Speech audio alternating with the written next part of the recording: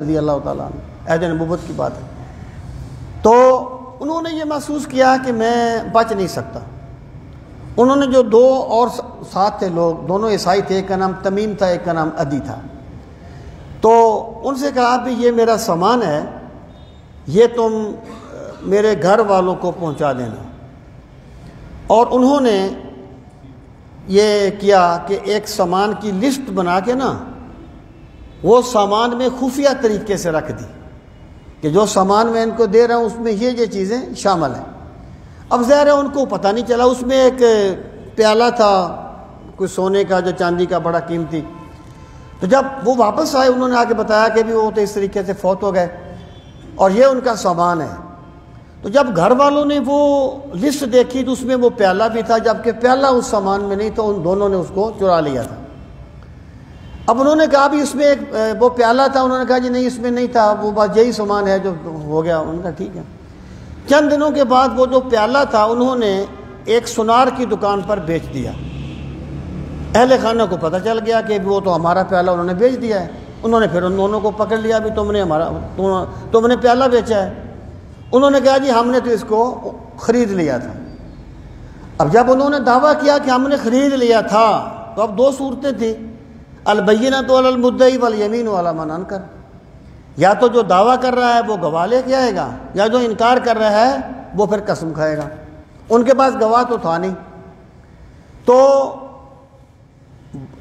بدیر کے قبیلے میں سے دو آدمیوں نے گواہی دی، قسم کھائی کہ بھئی یہ پیالہ ان کا ہے اور ہم نے ان کے پاس پہلے بھی دیکھا ہے۔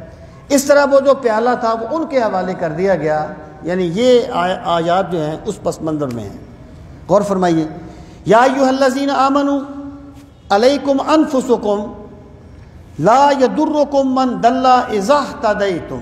پہلی بات یہ فرمائی، اس کا ایک اور بھی پس منظر ہے اس آیت کا، وہ یہ ہے کہ مسلمان یہ سوچتے تھے کہ کیا وجہ ہے کہ یہ لوگ ایمان نہیں لاتے، رسول کریم علیہ الصلوۃ والسلام کی دعوت کو تسلیم نہیں کرتے۔ بندے کو ایک نا ٹینشن سی کبھی کبھی ہو جاتی ہے کہ کیا وجہ ہے، اصل بات میری کیوں نہیں لوگ مان رہے۔ تو اللہ پاک نے اس پس منظر میں یہ بات ارشاد فرمائی۔ ایک قول یہ بھی ہے کہ یہ آیت منسوخ ہے، یعنی یہاں جو فرمایا یا ایھا الذین آمنوا، اے وہ لوگوں جو ایمان لائے، علیکم انفسکم، تم پر ہے تمہاری اپنی جانیں، لا یضرکم، تمہیں نقصان نہیں دے گا، من ضل، جو بھٹک گیا، اذا اہتدیتم، جب تم ہدایت پا گئے۔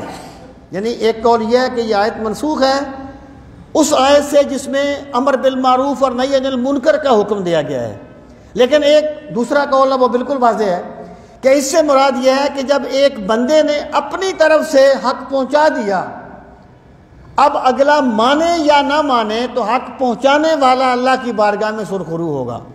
تو لا یضرکم سے یہ مراد ہے، یعنی جب تم راہ راست پر ہو تو پھر تمہیں دوسروں کی گمراہی نقصان نہیں دے گی، بشرطے کہ تم نے اپنا پورا جو کچھ تم کر سکتے تھے وہ تم نے کر لیا۔ الی اللہ مرجعکم جمیعا، اللہ کی طرف ہی سب نے لوٹ کے جانا ہے۔ اگر تمہیں یہاں پر تم ایک بندے کو بڑے خیر کی دعوت دیتے ہو، وہ الٹا تم پہ تان کرتا ہے، الٹا تنقید کرتا ہے، تو قیامت کا دن آئے گا جب اللہ تمہاری ایک ایک بات کا تمہیں اجر عطا فرمائے گا۔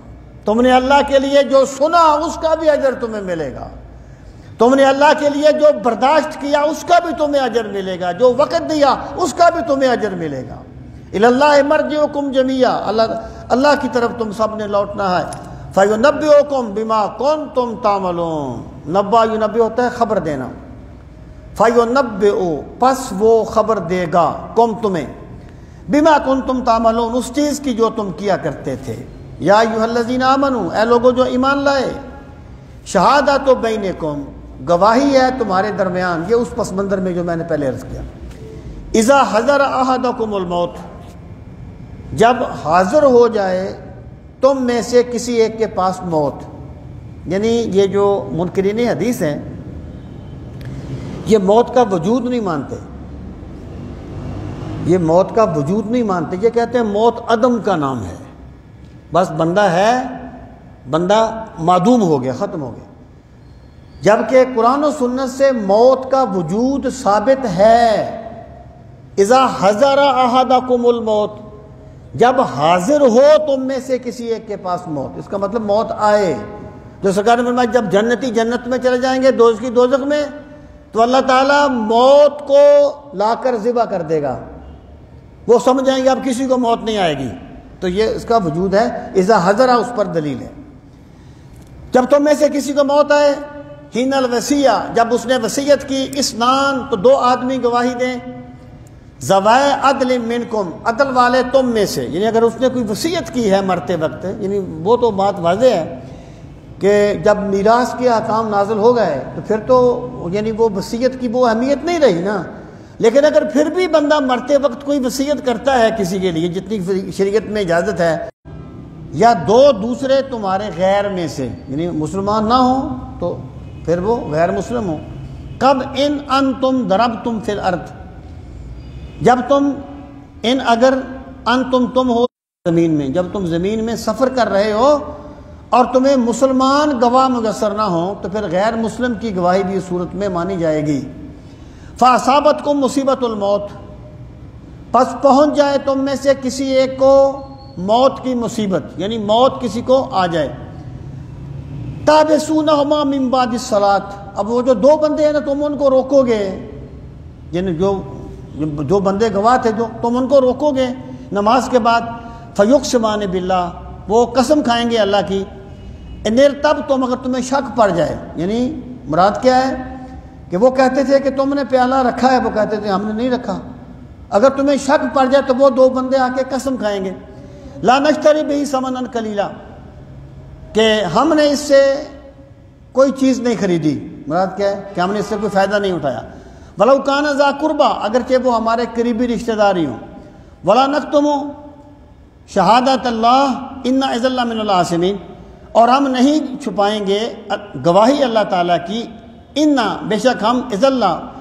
اذن تب، لمن یقیناً، میں سے، العاصمین گناہ گاروں میں سے، یعنی مراد یہ ہے کہ دو بندے آ کے گواہی دیں کہ بات ایسے ہی ہے، اگر ہم نے کوئی بات چھپائی تو پھر ہم اللہ تعالیٰ کے مجرم ہیں اور ہم نے ایک بات کو چھپایا ہے۔ انہوں نے تو گواہی دے دی دو بندوں نے، فَإِنْ أُصِرَ عَلَىٰ أَنَّهُ مُسْتَحَقًّا إِثْمًا، بعد میں کسی دلیل سے یہ بات ثابت ہو گئی کہ انہوں نے یہ جھوٹی گواہی دے کے گناہ اٹھایا ہے، فَإِنْ أُصِرَ، اگر یہ بات ثابت ہو گئی، عَلَىٰ أَنَّهُمَا، کہ بے شک ان دونوں نے، استحقا، وہ مستحق ہوئے ہیں اسمن، گناہ کے، فآخران یقومان مقامہما، پھر دوسرے دو کھڑے ہوں گے ان دونوں کی جگہ پر، یعنی ان کی گواہی ختم کیونکہ شک پڑ گیا، پھر دوسرے دو بندے کھڑے ہوں گے، من الذین استحق علیہم الاولیان، ان میں سے، من الذین، ان لوگوں میں سے، استحق، جو مستحق ہو گئے، علیہم، ان پر، اولیان، پہلے دو، یعنی جو پہلے دو گناہ کے مستحق ہو گئے، پھر دوسرے دو بندے اور کھڑے ہوں گے ان کے علاوہ، فیقسمان باللہ، وہ قسم کھائیں گے اللہ کی، لشہادتنا، کہ ہماری گواہی احق کو زیادہ حقدار ہے، من شہادتہما، ان کی گواہی سے، وما اعتدینا، اور ہم نے کوئی زیادتی نہیں کی، انا اذا لمن الظالمین، اگر ہم نے ایسا کیا تو ہم ہو جائیں گے ظلم کرنے والوں میں سے، یعنی اگر پہلوں کی بات رد ہو جائے تو پھر دو بندے آ کے گواہی دیں گے، جیسے پھر بدیل کے خاندان کے دو بندوں نے گواہی دے دی تو فیصلہ جو تھا وہ ان کے حق میں ہو گیا۔ ذالک ادنا، یہ زیادہ قریب ہے، ان یاتوا بشہادہ، کہ تم گواہی لاؤ، علی وجہہا، ان کے سامنے، او یخافوا، یا تم ڈرو، ان ترد ایمان بعد ایمانہم، کہ رد کر دی جائے گی قسمیں ان کی قسموں کے بعد، یعنی جو بندہ بھی گواہی دے وہ یہ سوچے کہ اگر میں نے غلط گواہی دی تو میری گواہی کو میرے بعد والے گواہی دے کر رد بھی کر سکتے ہیں، یعنی میری گواہی جھوٹی بھی ثابت ہو سکتی ہے، اس لیے گواہی دیتے ہوئے سچ کا دامن پکڑا کرو۔ پھر فرمایا واتقوا اللہ، اللہ سے ڈرتے رہا کرو، یعنی بندہ بڑے چکر دے دیتا ہے بندوں کو، بڑے بڑے بہانے تراش لیتا ہے، لیکن جب اللہ کا خوف دل میں اتر جاتا ہے پھر تقوی کا نور اپنے آپ دل سے پھوٹتا ہے۔ واتقوا اللہ، شاد باد ہے عشق خوش سودائے ماں، طبیب جملہ علت ہائے ماں، جب اللہ کی محبت دل میں آ جائے پھر اپنے آپ ساری غلطیاں سارے گناہ ختم ہو جاتے ہیں۔ واتقوا اللہ، اللہ سے ڈرتے رہا کرو۔ واسمعوا، اور احکامات الہی کو غور سے سنا کرو۔ واللہ لا یہدی القوم الفاسقین، بے شک اللہ تعالی ہدایت نہیں دیتا نافرمان قوم کو۔ نافرمان سے مراد کیا ہے؟ نافرمانی پہ ڈٹ جانے والے بندے جو ضد کرتے ہوں، اللہ ان سے ہدایت چھین لیتا ہے جو ضد کرتے ہیں۔ جو ہدایت کے طالب ہوتے ہیں، اللہ ان پر ہدایت کے دروازے کشادہ فرما دیتا ہے۔ اللہ تعالی ہمیں دین کا فہم صحیح نصیب فرمائے۔ وما علینا الا البلاغ المبین۔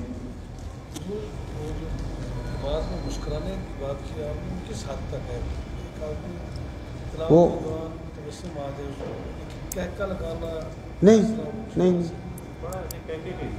نہیں وہ یہ ہوتا ہے کہ بندہ اس طرح ہنسے کہ ساتھ والا بندہ اس کو سن لے، اس کو سن لے، آواز پیدا۔ اگر یہ ہے نا کہ جیسے ویسے نماز میں کوئی آواز نکلنا اس کا حکم اور ہے، لیکن اگر خشیت الہی سے کوئی بندہ روتا ہے تو اس سے نماز نہیں ٹوٹتی۔ اس طرح اگر وہ اللہ تعالیٰ کی نعمتوں کا تصور کر کے اس پر کوئی بشاشت کی کیفیت طاری ہوتی ہے تو اس کو یہ نہیں کہیں گے۔ ہاں، یعنی اس میں یہ ہے کہ وہ ہنسے اور ساتھ والا اس کو سن لے، تب اس کا وضو ٹوٹ جائے۔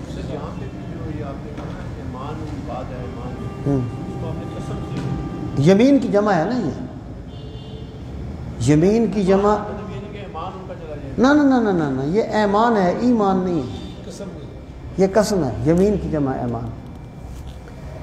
الحمدللہ رب العالمین والعاقبۃ للمتقین، الصلاۃ والسلام علی سید المرسلین وعلی آلہ واصحابہ اجمعین۔ ربنا آتنا فی الدنیا حسنۃ وفی الآخرۃ حسنۃ وقنا عذاب النار۔ پروردگار عالم ہم سب کی حاضری اپنی بارگاہ عالی میں قبول و منظور فرما۔ یا ارحم الراحمین، ہمارے گناہوں کو معاف فرما۔ میرے مالک ہمیں یقین کی دولت نصیب فرما، ہمیں اخلاص کی نعمت نصیب فرما۔ میرے مالک ہمیں اپنی پاک کتاب کی مزید محبتیں نصیب فرما، ہمیں قرآن کریم کی تلاوت کا ذوق نصیب فرما۔ قرآن مجید کو سمجھنے کے لیے ہمیں شرح صدر کی نعمت سے نواز۔ یا اکرم الاکرمین، قرآن مجید کی بے پناہ برکتوں کا واسطہ تمام دکھیوں کے دکھ دور فرما، تمام پریشان حالوں کی پریشانیاں دور فرما۔ میرے مالک ہمارے جسموں کے دکھ بھی دور فرما، ہماری روحوں کے روگ بھی دور فرما۔ یا اکرم الاکرمین، جو تیرے بندے تیری پاک کتاب کی محبت میں وقت دیتے ہیں، میرے مالک ان کی حاضری کو شرف قبولیت عطا فرما۔ میرے مالک ان کے رزق میں برکتیں عطا فرما، ان کے وقت میں برکتیں عطا فرما، جان مال میں برکتیں عطا فرما۔ ربنا تقبل منا انک انت السمیع العلیم وتب علینا انک انت التواب الرحیم۔ وصلی اللہ تعالی علی خیر خلقہ ونور عرشہ وزینت فرشہ محمد وعلی آلہ واصحابہ اجمعین، آمین برحمتک یا ارحم الراحمین۔ اللہ پاک صاحب کو جزائے خیر دے جی۔ آپ نے